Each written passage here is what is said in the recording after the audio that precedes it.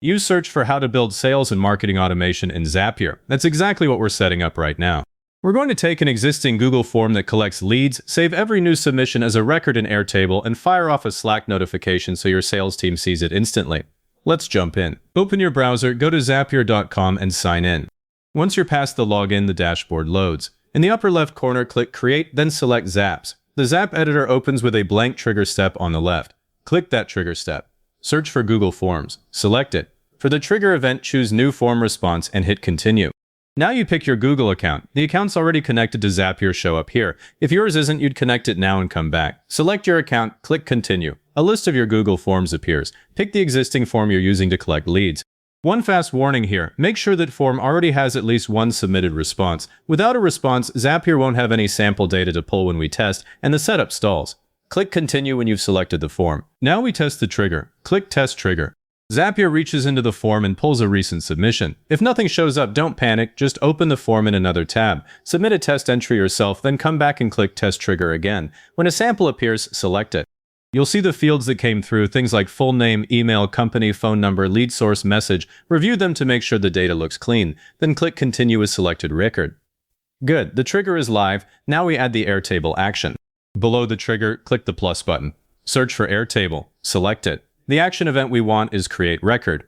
Click Continue. Choose your connected Airtable account. Then you'll see your bases. Pick the right base, and inside it, select your leads table. The field mapping screen opens. This is where most people mess up by skipping a field or mapping the wrong one, so we'll go through it carefully. Drag or drop down map each Google Forms field to the matching Airtable field. Full name to name, email to email, company to company, phone number to phone, and lead source to lead source. I always make sure lead source is mapped, even if it's just a hidden field on the form. It tells your team which campaign or channel brought in the lead, and it's a pain to retroactively fix later. Message maps to a notes field if you have one, double check every mapping, then click Continue. Time to test the Airtable action. Click Test Step. Zapier creates a record in your base using the sample. When that finishes, switch over to Airtable, open the right base and table, and find the new row. Verify that the name, email, company, phone, lead source, and message all landed in the correct columns. If a field is blank, go back and check the mapping. I've had it fail when a form field name didn't exactly match, so watch for that. Once it checks out, head back to Zapier. Add the Slack action. Click the plus below Airtable. Search for Slack. Select it. Choose Send Channel Message as the action event. Continue. Connect your Slack account if it's not already there. Then pick the channel where sales notifications should go. Use a dedicated channel like Leads Inbound, not a general one. It keeps noise down and lets the team watch just that one spot. Now compose the message. You can type static text and insert data from previous steps using the menu.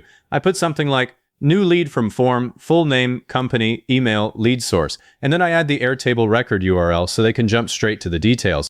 The URL field comes from the Airtable step. It's called public URL or something similar. After you've built the message, click Continue. Test the Slack step. Click Test Step. Give it a second, then open Slack and find the channel. You should see a message with the sample lead info. Verify the fields came through correctly and the link works. If the message is garbled or missing data, go back and check the steps message template.